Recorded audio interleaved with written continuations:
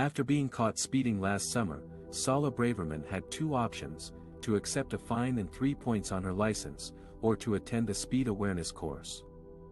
She allegedly asked civil servants to help her arrange a private one-to-one course, apparently to avoid the embarrassment of being recognized by fellow participants. When civil servants declined to do so, a political advisor is alleged to have stepped in to help, exploring options including Braverman taking the course online without revealing her identity. However, none of these options were feasible, and Braverman ultimately accepted the points on her license and paid the fine. She expressed regret for speeding and said she took full responsibility for her actions. But this was not the end of the story. Braverman faced criticism and calls for investigation for breaching the ministerial code and questioning the impartiality of public servants.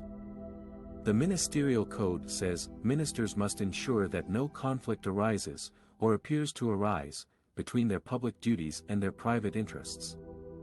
By asking civil servants to get involved in a personal matter, Braverman may have violated this principle.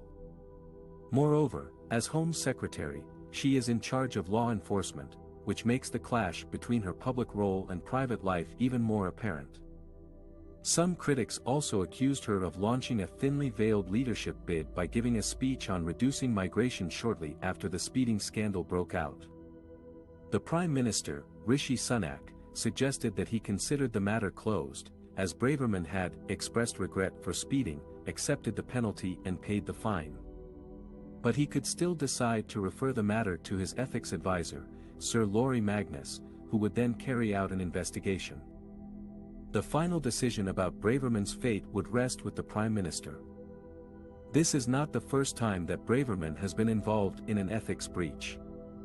She resigned as Home Secretary in Liz Truss's short-lived government last October after admitting that she had emailed a secret document from her personal email address to a fellow MP.